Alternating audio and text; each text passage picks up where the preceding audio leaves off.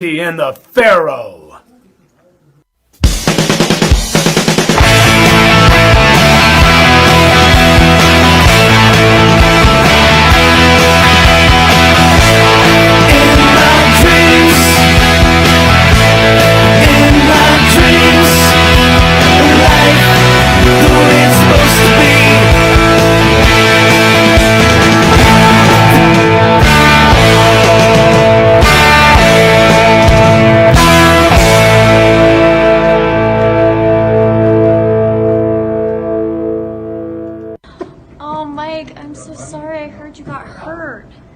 Actually, the best thing, if you're injured, is to grow up and be a man. Come on.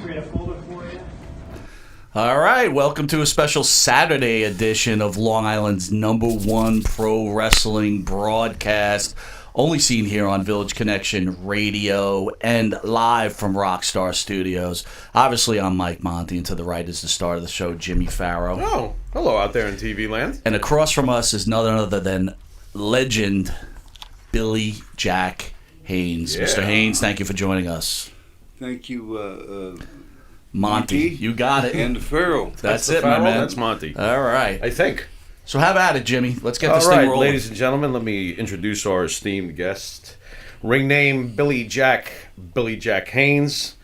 Billy Jack Haynes, of course, is what he's known for most. He was also under the name of Black Blood at one point. Built 6'3", as far as the height, 245 as far as the weight, built from Portland, Oregon. Also at one point, built from a little town in France, huh? Okay. Black Blood, for that. Tucson, Arizona, when he was in Stampede. Trained by Stu Hart, nothing less than Stu Hart. Debut 1982.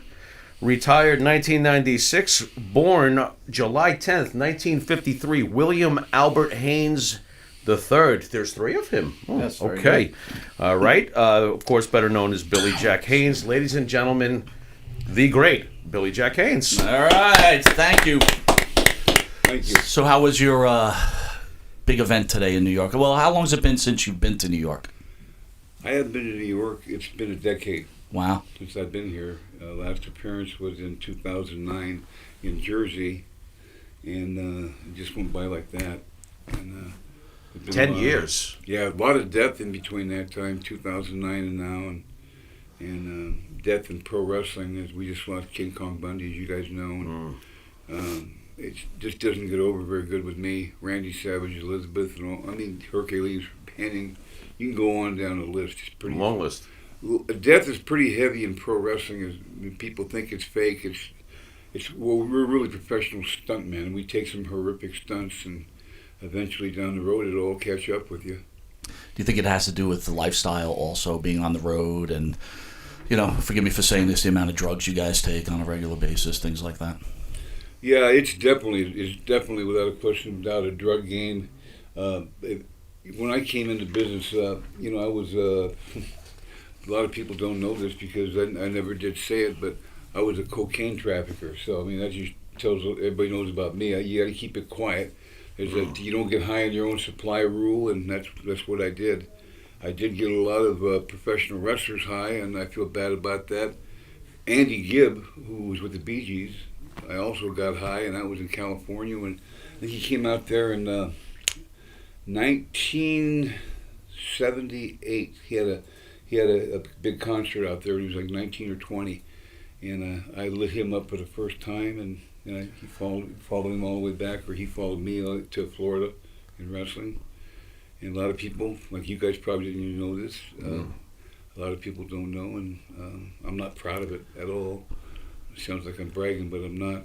A lot of guys have died in pro wrestling because of me and Vince McMahon both. Dealing drugs. Vince did drugs and dealt them too without prescription drug. Could you consider yourself one of the first cocaine cowboys, do you think? Well, I wasn't to that level. I was doing maybe selling a kilo a day, which is a lot. It's a lot, yeah. That'll get you a couple of horses in the barn. You ain't kidding, right? Cowboy. Yeah. Man. Yeah, I was worth about maybe $8 million at one time. Good Lord. But the point is, what good is it now? I look back now and I really kind of kick myself in the ass. What made you look in the mirror and say, what am I fucking doing? Like, what made you stop? It was a number of things. Okay. First, my mother was murdered, and my uncle were murdered 5 weeks apart. When I was 15, I went into the. Before that, prior to that, I was brutally molested as a kid. So I grew up really violent. So then the drug scene was already there. My uncle was a gangster and a drug trafficker. And it just it was in my blood. The dad who raised me, because there's 5 people who could be my biological father, but the one that raised me was such a great guy, and I see him getting burned all the time, and really pissed me off because he worked 80 hours to put a week. Now I'm telling you, 2 jobs to put food on the table. And I seen that, how hard he worked. I just kind of grew up in pro wrestling. I grew up kind of a very controversial figure, and I always have been. What made you decide to become a pro wrestler? Well, I had a chance. I had an opportunity. I was trafficking first, and with the Medellin cartel. Actually, it was pretty big league. It was with Barry Seal, a guy named Barry Seal out of Louisiana. Yep. Wow. You guys know who he is? Absolutely. And my one of the guys who was a pro fighter, pro boxer, which was my first love, introduced me to him, and I went down to Louisiana and met him, and I became a runner for him for a while. And they had the Mena, Arkansas deal, where they wanted me to come in and actually work right alongside Barry Seal in Mena, Arkansas as a runner. So real quick, Billy, if anyone doesn't know who Barry Seal is, there's a movie that recently came out starring Tom Cruise called American Made. It's about the whole cocaine early Was the day Hogan trafficking. theme part of that movie, American Made? No. Wow, I'm a little disappointed. Okay. Go ahead, Billy. Sorry. Yeah, actually, that's a really, really good question, because he's done enough cocaine to light up half of Florida. What you gonna do, brother? Well, since you're rolling into Hulk Hogan, what seems to be, well, we all know what happened with Hulk Hogan with his racist remarks and things like that. Tell us your insight on the incredible Hulk Hogan. Well, it's amazing. This just happened today. I didn't know. I did this personal appearance thing, and his daughter was there, Brooke, who was absolutely gorgeous, and she had probably most of the people around her, but there was seemed to me like thousands of people there today, maybe 2,000-3,000 people or more, maybe 5-6. I don't have no idea. We signed all day long, and with Hulk Hogan and I, we were never really tight.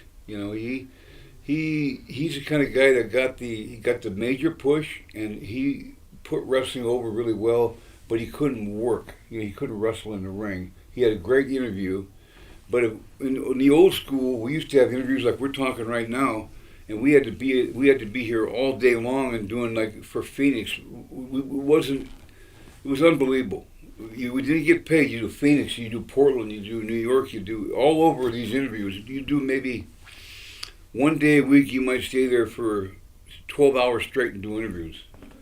And during that course of time is when he would do his coke. And when he did his coke back then, he would snort it in the interview room, and everybody's seen him do it, and no one called him on it but me, because at the time I was selling it. I said, brother, man, why don't you just do a regular interview? A lot of times you see him, brother, let me tell you something, man. Grinding his gums. But that's how I got into character. Looking on the floor for leftovers. Yeah. Not that I ever gotta did work myself up. But enough about the 80s. I don't want to. People who know me in business, and you guys know that, I don't bullshit about nothing. So I just tell you straight. I just told you I was I worked for Barry Seal, and he ended up getting assassinated in '86, February 19th. You know a lot more about this man than I do. You're gonna have to fill me in some. And no one knew I was a cocaine dealer, so Hulk definitely knew, and there's maybe Kurt Hennig, and there's a lot of guys who did know, and Buddy Rose, and like I say, I'm not proud of it, but there's several wrestlers that ended up dying from it. Henning ended up becoming so hooked on cocaine, he died of a cocaine intoxication. You clearly resent, from what I can tell, the hypocrisy of the business. Is that fair to say? The hypocrisy of the business, yes. With Vince McMahon, when we're on the road, here's the difference. People said, well, what's Vince McMahon done that's different than anybody else, right? Why are you against Vince McMahon? Well, here's why. He was like a pimp. Okay. And we were like his flying prostitutes. In all the other territories that he took over, we were home every night. Now, you get banged up too, but we were at least home every night. You could have some kind of a relationship. In the territory days, you're saying? In the territory days, Okay. you'd be home every night. You'd never have to stay over anywhere. You'd see your wife, your kids the next day, whatever. When Vince took over, you're on the road sometimes 3 months. Travel at a time. schedule becomes insane. Okay. Well, you're 5 days on the. For instance, you're flying 5 days a week. You're in New York one day, then you're in L.A. the next, then you're in Montreal, and he'd do this on purpose. Sometimes you'd be in California for 3 days, but he'd have you all around. Then you get hurt. Do you think that's a power thing in his head, that he enjoyed watching his cattle scramble? If you know what I'm saying? Well, let me ask you this. Wasn't that the booker's job to hook you up on what schedule? My Doesn't question Vince oversee the booking, is though? Vince really in charge of where you guys were going every day, or was it... Was Vince in a charge booker? of everything, basically, like overseeing the booking back in the day, Vince or was no? in charge of everything. Okay. So, yes, it's a good question. And I know what you're saying, too. Mm-hmm. Yeah, both of you make sense. But Vince McMahon was, I called him last time on a shoot interview, Adolf Hitler. And I meant what I said, because I called him Vincent Kennedy or Vincent Killer McMahon, because so many guys died under that power struggle that was going on then. What it was mean to say, well, you're wrestling injured. Okay, so I got injured in, I was wrestling Harley Race, and it's on TV. I think it was the Boston Garden. And I went out and hit the back of my back hit the stairs that were coming up. Harley came out very professionally, and he said, "You okay?" He worked the referee and gave me all the time in the world. So I started taking painkillers, and if I missed a day, I was making between $8,000 and $14,000 a week. That's a lot of money. It's a lot of scratch, yeah. A lot of scratch with no union now. We're talking no union, no backing. So Vince, I'm going to take tomorrow off. Well, you are. Well, go fuck yourself. You got a job then. There's guys in line to take your spot anytime. So you'll wrestle injured. Here's what I can do for you, though. We got doctors of whoring over here, and there's 4 or 5 other doctors without a prescription now, mind you. You can take Vicodin, you can take Percocet, you can shoot yourself full of morphine like Davey Boy Smith did. You can get hooked on any fucking drug you wanted to, and he didn't give a shit. That's the problem. So your in my problem head. is that Vince didn't care, right? It's Vince's company. Vince treated everybody just like cattle. And you know what? If you can't perform in a circus, get out, go somewhere else. I'm just going to replace you, that type of thing. That was the attitude, basically, coming from McMahon. Okay. I totally understand. Yeah, but I'm not surprised. What about the other promoters? You worked for Jim Crockett, right? Didn't you have a big blowout with Mr. Crockett, if I'm not And mistaken? you worked in Portland, didn't they? I'm curious. Didn't they all treat you guys the same way over there? I understood you at Portland, you got to go home, but Crockett, you were traveling. Didn't that guy treat you guys like cattle? What was the difference between Crockett and McMahon? You clearly had a problem with Crockett. Tell us what went down with Crockett. I'm very curious. Crockett was an angel compared to McMahon. Okay, but you still had a problem with Crockett? Is that true or false? You got to remember now. You got to go right back to the square one. I was a quote unquote unknown drug trafficker. Nobody knew. Eddie Graham knew. Lenny Montana, another wrestler who, I don't know if you guys know Lenny Montana or not. Okay. The Colombo crime family, one of the 5 families. He's probably my biological father. Did this cause issues with these promoters? Wait, hold on. I don't want to miss what he just said. You actually think he was your biological father? There's a chance Vince McMahon Sr. is my biological father. And Vince knows that. That's why the last time I said when the Benoit killing, when I was wired on... Let's go deeper. I want to understand why Vincent Kennedy McMahon Sr. could be a father, and then if you could elaborate on the whole Chris Benoit situation and your feelings. Okay, we have to kind of take it back just a step, because I've got a little bit of the CTE. There's a $1 billion lawsuit against Vince. Okay. And I'm the one who started that up. Me and another guy that beat the NFL attorney. So I went to him and said, "Is there anything we can do about these concussions, having headaches every day?" And he said, "Yeah, there is." And next thing you know, they filed a $1,600,000,000 lawsuit against Vince McMahon. I started that, and I got 42 guys on the women and men on the lawsuit. So yeah. You also had an aortic aneurysm, am I correct? And I don't even know how I'm here right now. I had an aortic aneurysm in 2013. So we're like family. I also in 2009 had an aortic aneurysm, so we're both So part you of the had a zipper. blowout.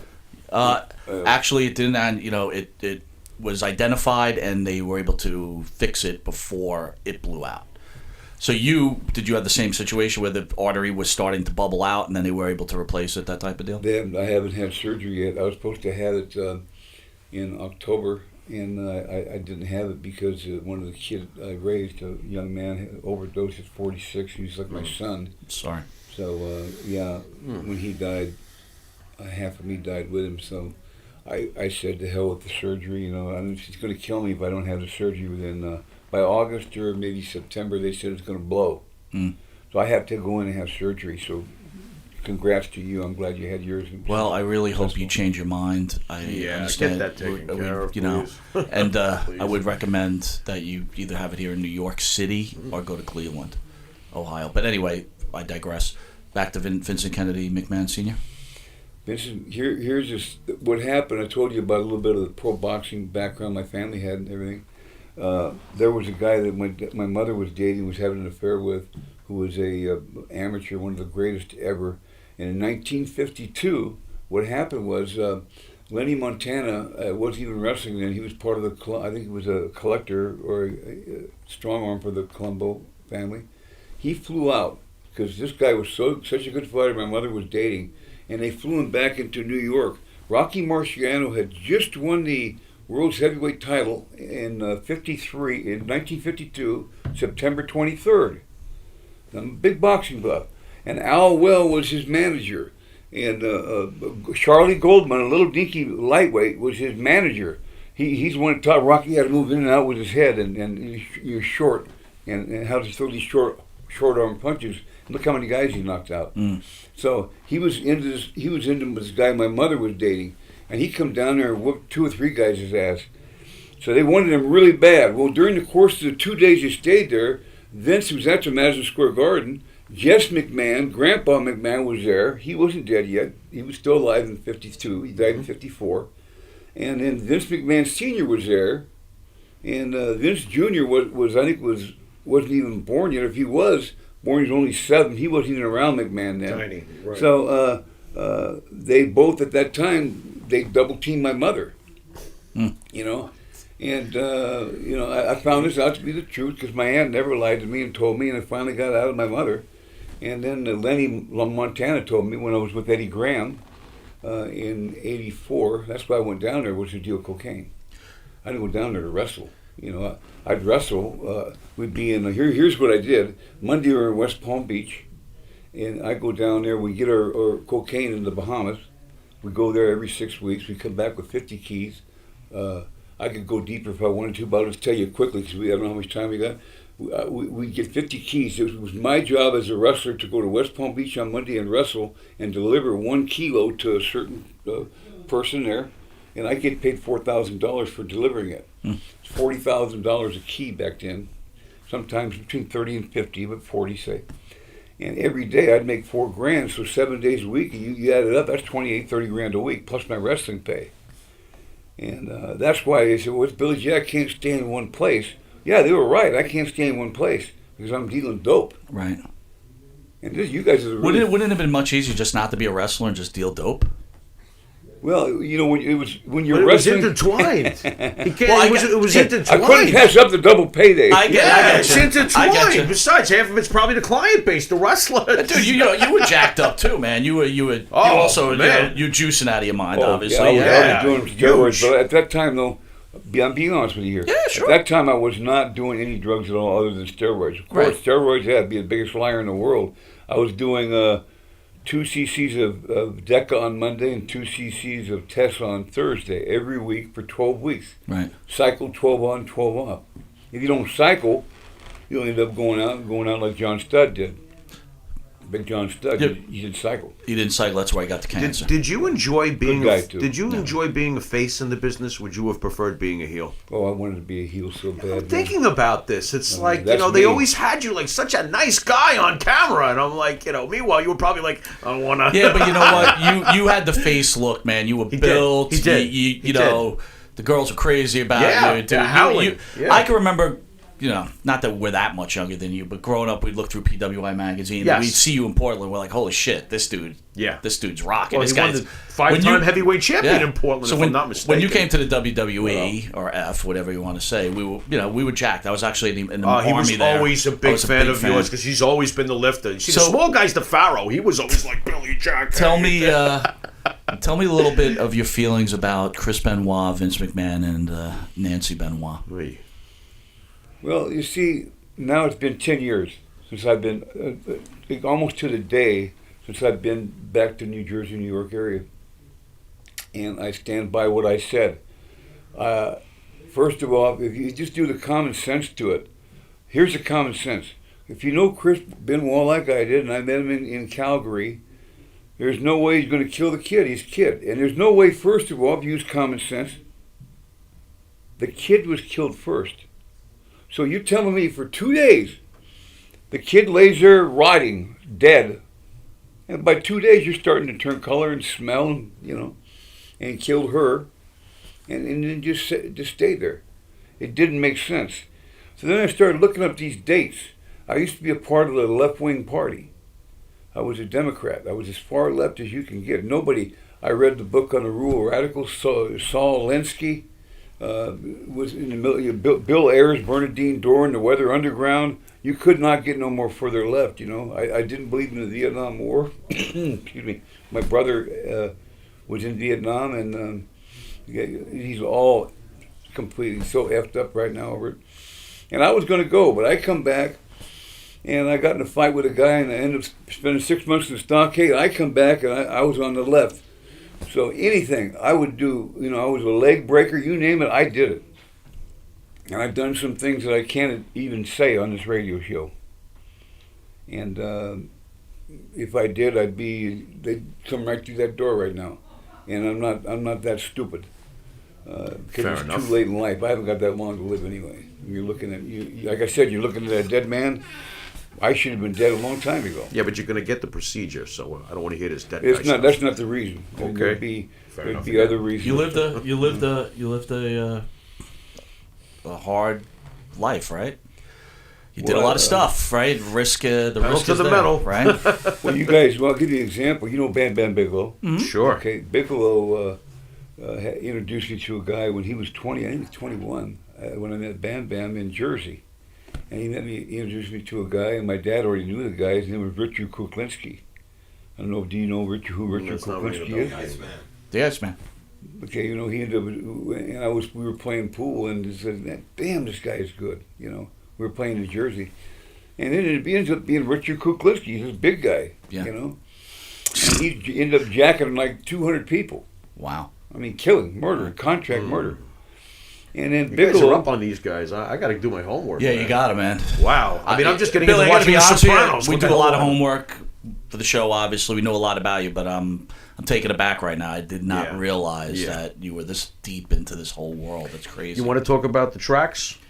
Well, before we get to the tracks, I'm going to just get to you. You can call me also Black Blood, right? Yeah. Well, listen, there's Black Water, there's Black Underground, there's Black Death. Well, here's what I did. I stuck both my fingers up to the entire program, to our entire country, because CIA, everything is corrupt. Anybody who thinks 9/11 wasn't an inside job's out of their fucking mind. I mean, there's Building 47 on its own because there's a fire in the basement, comes tumbling down in 5 seconds. Oh, there was a fire in the basement. Everybody's like seals going, oh, okay. And then all of a sudden these planes hit 9/11. They hit, and they come down almost the same way. Okay, we'll accept that. Well, you guys or anybody accepts that, I'm not one of those people. I know it was an inside job. Is it safe to say that you're finished with the political system? Both sides can go fuck themselves. Both sides. Okay. Both sides. The Bush, Fair enough. Clinton. There's no political. I don't want to to lose traction on your thoughts on the Nancy Benoit situation. So I want Well, you. I'm trying to go make finish you it. lose track. Yeah, I know you are, bro. But I really want to hear it out of your mouth. I want to understand. But what he you're obviously thinking about. doesn't feel that Chris, Well, there's more to it, right? So, go ahead. Yeah, there's a lot more to it. Go back to 1983. We go back way before Benoit in 2007. Go back to Superfly. Nancy Argentino. Superfly. Go and you become self-made men in pro wrestling or in the outside inside. Jimmy wanted to become a made man, and to become a made man, you got to take somebody out. So wait a minute. So with Nancy Argentino, I'm sorry if I'm pronouncing it wrong. You're saying Jimmy murdered her to become a made man, didn't murder her out of like maybe being high and maybe just shook her up because he was a big dude. You're just saying he took her out. Here's what I'm going to tell you. I don't want to go that far because I was not there. But the guy, let's just put it this way. I'll make this, I think you guys will both understand this. Mm-hmm. Jimmy's brother was Coco Samoa, another one tough son of a bitch, man. And he was only like a 5'10", 5'9" Samoan, maybe 240. But you can hit him with a baseball bat and you keep coming. And he ended up being a strong arm for a mafia that I won't mention the name. Snuka was his brother, in the Samoan Island. Snuka got this girl pregnant, and Hogan was also with her. And so McMahon thought that it was Hogan's kid, and he's not even doing WrestleMania 1 yet. And here I am in Portland wrestling, and I'm selling coke there. I'm staying there with my dad, who's blind at the time with diabetes. Mm-hmm. My bio dad, my other dad, who raised me. My mother was murdered. I told you my uncle was murdered, so I stayed with my dad. And so I had heard about this happening. Remember the boxer guy I told you about, that was real good, that went down to Marciano? Well, he ended up turning pro. He was 24-0 as a pro. And he went to prison and he lost his last 3 fights and got out of it. And he became a gangbanger. And he told me flat out that there was a contract out on this girl, this Nancy Argentino. Really? Whoa. So he did contract hits, and everybody who knows me in Oregon will say, geez, Billy, you got a lot of balls to say that. But anybody who knows the guy, his name is, you can go on, in fact, I'll even say his name so you can look him up. Good. His name is Harold Pinland, a.k.a. Willie Nelson, not the singer, but he's a boxer. You look up his record, he's 24-0. And then he went to prison, he come back out in 66 and lost his last 3, so he became a vice cop and a gangbanger and a hitman and you name it. So here I am now idolizing this guy, and he told me that there was a contract. And Richard Kuklinski was the guy that was supposed to take this girl out. Mm. Richard Kuklinski. Yeah. But he wouldn't kill a woman. He wouldn't do it. So Miller, did you know that the Iceman didn't kill women? I did not know that. Well, you look him up, you'll see. You'll see. What an asshole. I didn't know that. Go ahead, Billy. Yeah, well, I know you agree that he's an asshole too. Go ahead and say it, Billy. Oh my God! It's fine. I didn't know. Hey. Yeah, well, I've spanked a few, but I've never even hit a woman in my life. I don't believe Okay. that. Stone Cold hit my ex-wife, and I called him out on it. Really? But he was too chicken shit to come forward. You don't remember that a couple of years ago? Mm-hmm. Stone Cold Steve Austin. Yeah, I didn't know that was your ex-wife, though. Jean Clark is my ex-wife. I did not know that. Wow. Lady I did not know that. Well, Steve Austin has been known to be an abuser for most of his. I think he's beat. I think he's beat most of his wives, right? What? And most of the viewers are going to watch this. Going to go, well, he sticks on one subject for God's sake. Right? I know, dude. I'm sorry. It's all right. Oh yeah. Well, because it's the truth. My first wife was a Lady Blossom or Jean Clark. She's a great woman, and I married her so she'd stay here in the United States because she's from England. Mm-hmm. Now, to cut back to, let's go to 83. We got married in 83. In fact, February 9th, 1983, I married Jean Clark. which was 36 years ago, this February or last month, and so we got to cut back to '83. Come '84, I ended up knowing Phil Knight, owner of Nike's, lives out there in Oregon. So I get to know all these here criminals, all these here guys that do human trafficking. And I found out about the human trafficking element, and it really turned me off. So then these hits start coming up, and the guy who was the boxer who had the affair with my mother, and he was a hitman. He told me that it came in the lap of Lenny Montana. Lenny Montana was a pro wrestler. I told you that might be six. My son is 6'7". Lenny is 6'7". He looks identical to Lenny Montana, but he looks like Vince McMahon Jr. or Sr. too. So I don't know. I wanted Vince to get a DNA test the last time 10 years ago. He wouldn't do it. So you did approach the McMahons. I did approach and say, look, did you get a DNA test? But I did it for the Benoit thing because it's Nancy Benoit. The kid may have been his, but that was basically my way of. I was so high. Oh, so you don't think that he impregnated Nancy Benoit? He could have, but I don't think so. Well, you really think Vince was cheating on Linda? Gee, I wonder. With boys and girls. Oh, great. Oh, do tell. Okay. Yeah, that's a fact. But when we get to Nancy Argentino. Wait, don't. First, there's no way Vince sleep with Pat. Did Vince sleep with Pat Patterson? Well, he's been around for. They did this big work out of this house, remember? And he said, "Oh, I'm going to come out. I'm gay after 40 years, guys." Legends He's been house. taking it up the ass for the last 45. They should have had you on, coming out, give me your fucking break. That would have been everybody's hilarious. Supposed to now think, oh, he's gay. Yeah. Well, no, he molested. Tom Zink is a real good example. Bill, you're aware of Jerry Sandowski's fall from Penn State with the molesting of children under Joe Paterno's watch. Should Pat Patterson be in jail? Pat Patterson should be in jail. They should all be in jail. There you go. Okay. Okay, but let me ask you this question though, right? So you're Billy Jack Haynes. You're in WrestleMania 3. You come to the back of the locker room, 3, baby. And you're done with Hercules. You come to the back room, and there's Pat Patterson boning some kid, right? What? No, I'm not gonna go that far. Okay. But I will go this far.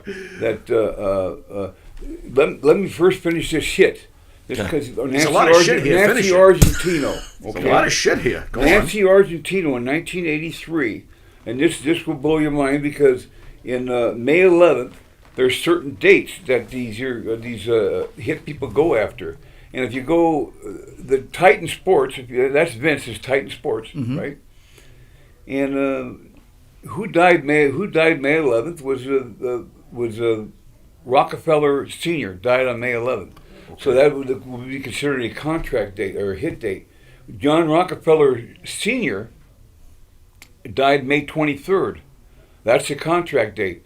John Rockefeller Jr. died May 11th also. That's a contract date. What day was Nancy Argentino killed? May 11th. That was a contract date. So there's a science to in my opinion, he contractually killed Nancy Argentino because the kid was Hulk Hogan's and it would have ruined his business. Whoa. If the baby would have been Hulk's, there's not even a WrestleMania 1 yet. Vince hasn't been in anybody's backyard yet. He promised his dad, Vince Hogan Sr. was tied into this female? No, I'm just saying, Hogan was, a lot of people were with this Nancy Argentino, not just Jimmy Snuka. So, in my opinion, and this is just mine, he had her taken out May 11th. Interesting. And then Jimmy, he done his job, and remember Vince McMahon come running in with both feet and took care of Jimmy Snuka. You didn't hear Snuka for a long time. Vince took him under his armpit and he put him somewhere else, overseas, Japan. And that's it. After hearing all the things I'm hearing, and I know this is going to sound strange, bear with me. I recently discovered The Sopranos. How much different is Vince McMahon from Tony Soprano? I don't know. That's a crazy question. It sounds to me like Vince McMahon is a lot like Tony Soprano. If something pisses him off or gets in his way, he takes care of it. He's quick about it, too. And there ain't no mess. It's like, floop, floop, floop. Next.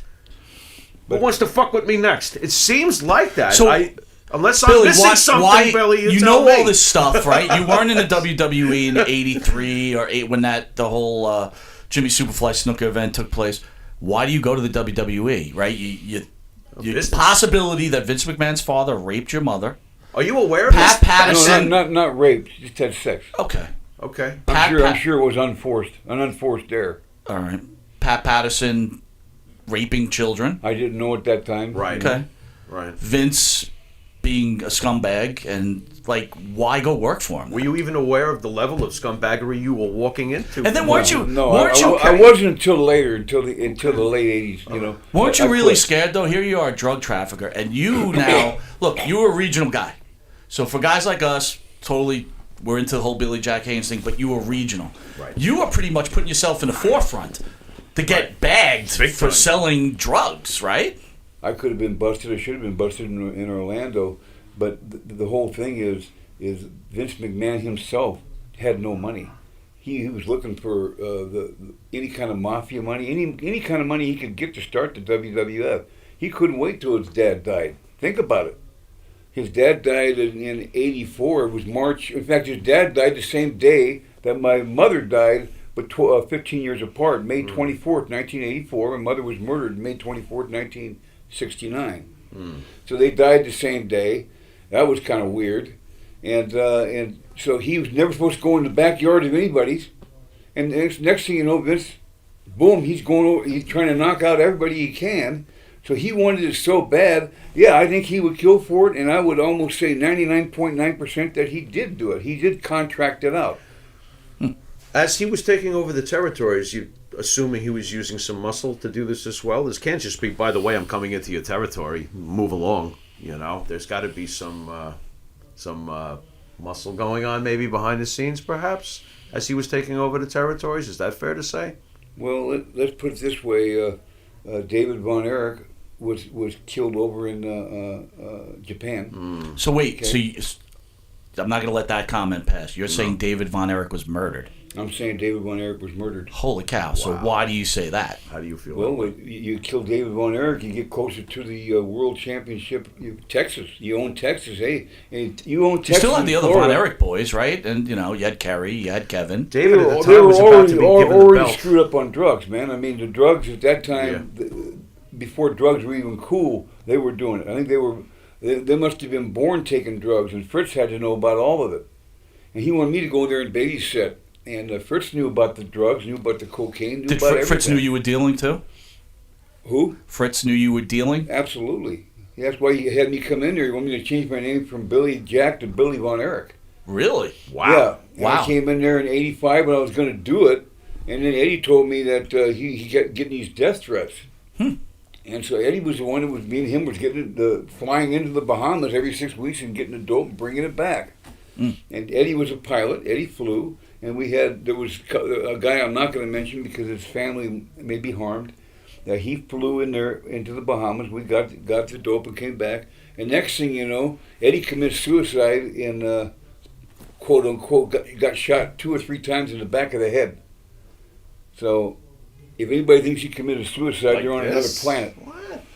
So All you got to do is look at the go back and look at it. They say he was Okay. despondent and he committed suicide. No, I know Eddie Graham. And no, Lenny said the same thing. Lenny Montana said there's no way he committed suicide. He was murdered by somebody. So you're painting a pretty heavy picture on McMahon. So Yeah, I am. yeah. Fuck him. So here's a question for you then. Is the rumor of we've had Lonnie Poffo in studio, good friend of the show, great guy. Yeah. Randy Savage sleeping with Vince's daughter Stephanie. True? Not true. True. Okay, go ahead. True. That's it. No. So Vince kills David Von Erich in Japan to take over Texas, but the Macho Man has sex with his daughter and he doesn't kill the Macho Man. I think Macho Man was murdered by Vince too. I think he took out a lot of guys. I think that when you got money like he has, and that's why I said why hasn't he taken me out? I don't know. I come forward. Since 1992, you can go on the internet and check it out. It's called Hard Copy or whatever it was. I was on that. No one has ever changed. Billy Graham's changed his mind many times. I have never. I have, since '92, fuck Vince McMahon. I've hated that guy. I can't stand him. Hate's an awful word to use. Well, if Vince ever comes for you, we'll put Miller in front of you and let him take out Miller, and then you'll be all right. Well, then we'll be okay then. Miller. So Miller's got a. He's gonna soundbite that Miller's one. got a Mac 10 over there. oh, man, you're killing me right now. I got so many questions. This now. is the greatest ever. Wow. He's my favorite guest. What do you got? You leave the WWE and you go to WCW, right? And he works as Bad Blood, right? Black Okay. Blood. The Black Blood thing came in later. What I wanted to tell you about Nancy. Yeah, please, go ahead. Let me finish that. With Thank Nancy Argentino is the fact that she's killed on May 11th, and the family it was up to 2015. They opened the case back up. Remember, they opened the case back up. They were going to arrest Jimmy Snuka. Yes. But Snuka went in there and he acted like he was insane. The and so forth. dementia angle, or what? Yeah. Yeah, it was part of the lawsuit that we had going on too. I don't know if in my opinion, I think he was working, but I don't know. We saw we him. met He him. was he was lost. I don't think he was working. Unless to he be was working honest. us. If he was lost. working us, he deserves an Oscar because, man, Yeah. it was a sad picture that day. Well, I hated to see that too because he's a Impressive. very close friend of mine. He was a sweetheart, but I'm not sure he was aware of everything. It was rough. So okay. The day we met him, That's fair. it was rough. So do you think Vince had the whole Benoit family murdered then, basically? I do. I think they did because he knew he come onto the human trafficking also in Canada, and that's where Benoit was from. And if you got to remember that Owen Hart had fell to his death 99 May 23rd 99 over May the Edge 23rd. pay-per-view. Okay, Yep. there you go. You said the date, Yeah. May 23rd. There it You is. look up Yep. anybody There's the- look up what day May Rockefeller. 23rd is.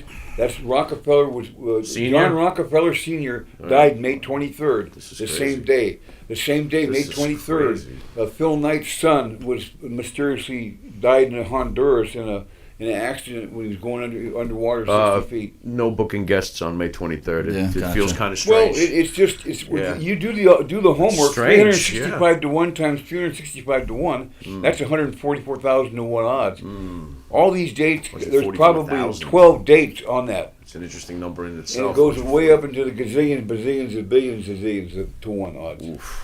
Like getting Wow. 50,000 decks of cards, and there's 52 cards in a deck, and you pick the right card 52,000 decks in a row. Can you do it? I don't think so. But they say 99.9, so it can be done. Like DNA. Ultimate Warrior? We're leaving out. Oh God, it was without a doubt. I'm the day- guy that the tried. day I'm the guy after that he tried was to tell on Ultimate Raw. Warrior not to go to be inducted in the Hall of Fame. How years was before. that conversation? It's because he took his. I think he went as a warrior. He took the thing to warrior, and you don't steal nothing from Vince McMahon. Nobody does. I don't give a shit who you are. And he took that away, and boy, Vince couldn't wait to get a hold. You could see it. He just couldn't wait. And when he went to Phoenix, Arizona, I think that's where it was, for WrestleMania, got inducted into the Hall of Fame. He was fine. Next thing you know, you look at him the next day, he's feeling kind of weird. Looks kind of weird. And there's this mafia drug that all you got to do is just say, "Hey, how you doing?" Like the spray that Kuklinski used to use. You poison. Yep. Mm-hmm. And you just touch him now. You can just touch him now. Have a heart attack within 24 hours or 16 hours, and it's automatic, and there's no trace of anything. Well, lo and behold, Randy had the same thing in 2011. He died of a massive heart attack, and they said 90% of his heart was blocked or whatever. Bullshit.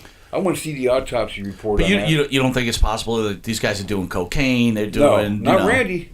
Randy did no drugs. Randy was clean, man. And then also when the Warrior went there in 2014 on that day, he didn't come back, did he? No, he came didn't. back dead. You couldn't have scripted that any. Give me some odds. You couldn't have scripted that any better. You know what I'm saying? some The way odds. that- yeah, you're right. And so in Vince, I seen the picture of him with Vince. And Vince got this double face going like this. And here's happy as could be is the Warrior because. Has Vince McMahon ever called you up and said, "When are you going to stop saying all this shit?" Blah, blah. Has he ever dared confront you with, "What are you doing?" Blah, blah, blah. Anything? Has he ever picked up the phone and said, "What are you doing?" Don't you know about the 1992? In 1992, I came down to be, but his Black Blood. We jumped up a little bit, and when he worked me, and Brian Adams and some other guys that passed away then, and Henning and a lot of guys. I went to get my gun. I was going to blow McMahon's head off. Wow. I'll say it. So he I has said stayed then, I far said no. away from you. Well, he knows I mean what I say. Right. And that's why I say I can't tell you everything I've done in my life. Right. I'd be behind bars. Right. And I'm not that. I am crazy, but I'm not that crazy. Well, that being said, if they offered you to be part of the Hall of Fame, would you take the invitation? I know it's out of left field. But would it No, be an guys, automatic no. FU? No chance. A billion, zillion, gazillion. No, Forget I would it. never. It's a joke to me. Forget it. And what the funny part about this, and now you brought the Hall of Fame up, was Honky Tonk Man. I had just talked to Wayne Parrish 6 weeks ago, Finally getting in. and he told me over the phone he would never go in there. Mm. Well, And so what they did, they probably offered him a good amount of money to sure. do it. Yeah. Because nobody played the gimmick better than Honky Tonk Oh, Man. he's the best. Oh, he was great. We love him. Without a doubt. Yeah, he was way got into overdue. character. It was kind of an amazing thing to watch. Way overdue. And I actually Look, that whole idolized him. cast, including yourself, Yeah. that era, that was special. changed the fate. That was a special It was a era in special wrestling. era. You should take a lot of credit for that too. Here's what I don't take no credit. I look at myself like I'm a piece of shit, to be honest with you. Really? I lit up so many guys and got them so hooked on coke. And when Henning died, it about killed me because I love that guy so much. And when I know he died of cocaine, So you know how bad these guys are getting. Like they're just hooked, and that Playboy is Buddy it. Rose. I mean, you can go on Playboy and on Buddy with the guys. Rose. That surprised Fans me. of Playboy Buddy Rose. We were big fans of Playboy Big Buddy fans. Rose. Yeah. So, Roddy Piper. Piper, yeah. Well, there you can go on and on with guys. I think it's common sense. You go into it. You know who did and who didn't do it. The whole point is that I'm the one to help light them up. And when you do that, you have a certain amount of guilt that you take with it. And me, so I got on painkillers, so I was doing 30, 40 Vicodin a day.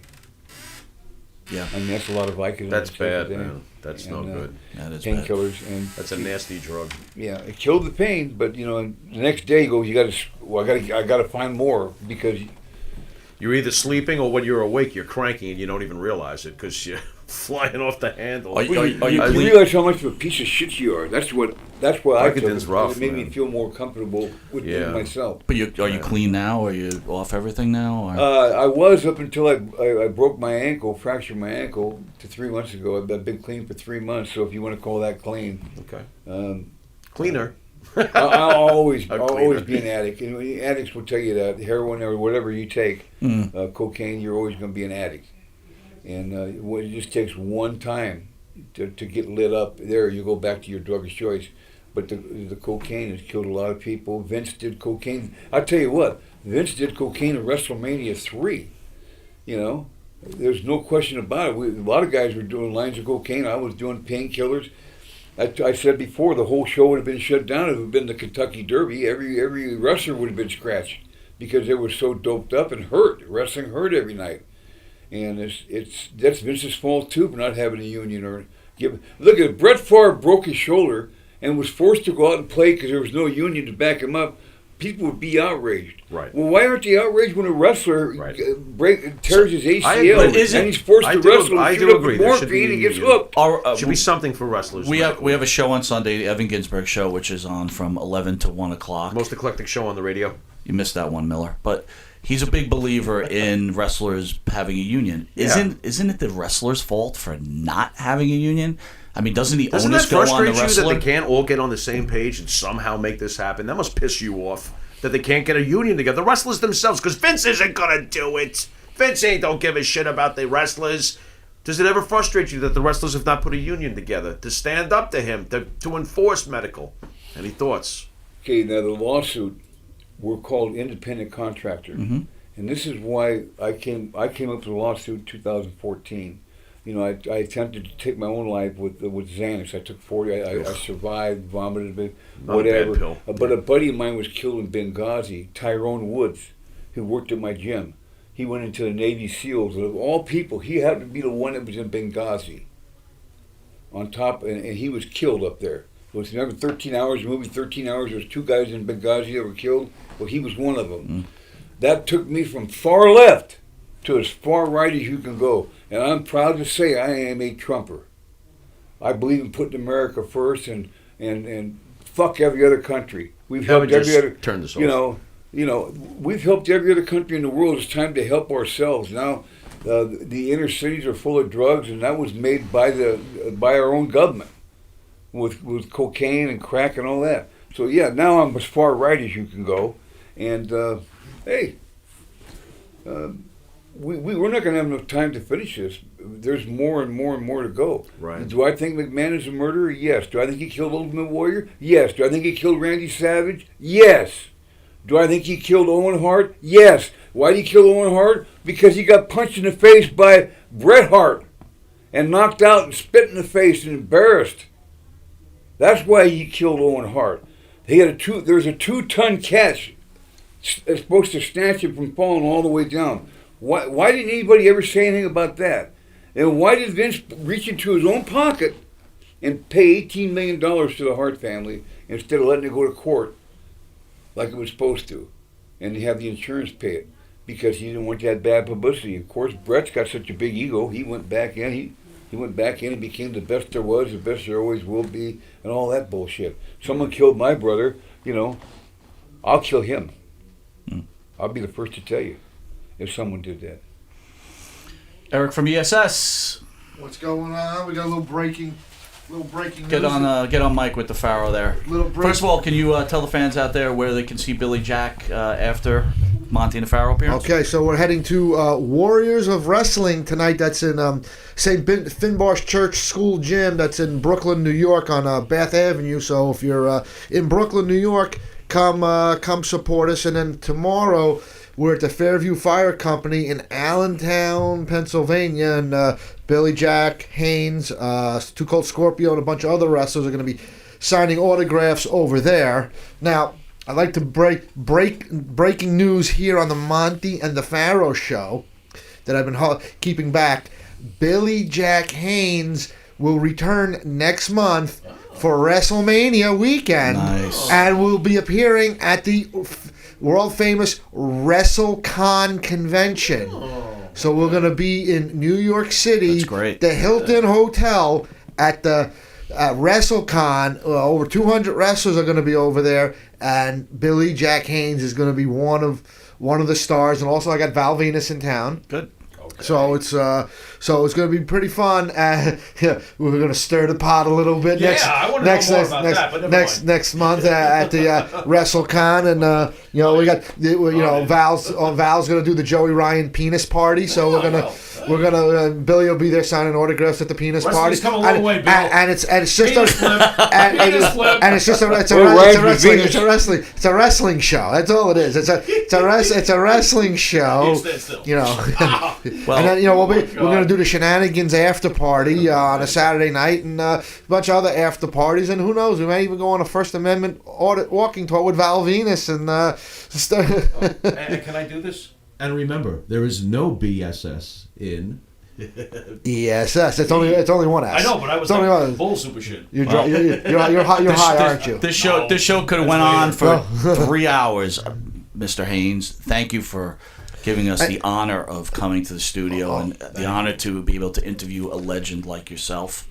Thank you very much. And to book Billy Jack Haynes for any various types of appearances, ESS, he's under contract to ESS Promotions, so www.esspromotions.com. That's your way to get Billy Jack Haynes if you want Billy Jack to show up at your show, convention, birthday party, bachelor party, bar mitzvah, anything. So yeah, any type of legal appearance, so we'll be there. Perfect. All right, well, this has been another special episode of Monte and the Pharaoh. Catch us literally. Like I'm not already? God damn it. Catch us literally in 10 minutes when we're returning with Too Cold Scorpio. Once again, Mr. Haynes. To be continued. Absolutely. Thank you. In fact, something we might. I might have him back in June. If you want to have him back in June, maybe we'll do another edition of Monte and the Pharaoh. Might have to do like a 5-hour edition. We need to. Well, I tell you what. If I don't have any bookings tonight, we can go for. We may need an extended. We could go an extended edition. Like always, we'll talk. All right. Hey, Sounds good. listen, it's. Always fun when Billy Jack's in town. It's always informative. It's very informative. Exactly. Thank you for coming back to the scene after all these I got to years. be honest Thank with you. Being a professional wrestling fan, I'm feeling a little dirty right now. You're feeling a little A dirty. little dirty. And that takes a lot. Listen, Billy Jack, he's sensational. Sensational. I woke Sensational. up dirty. There you go. All right, anyway, catch you in 10 minutes.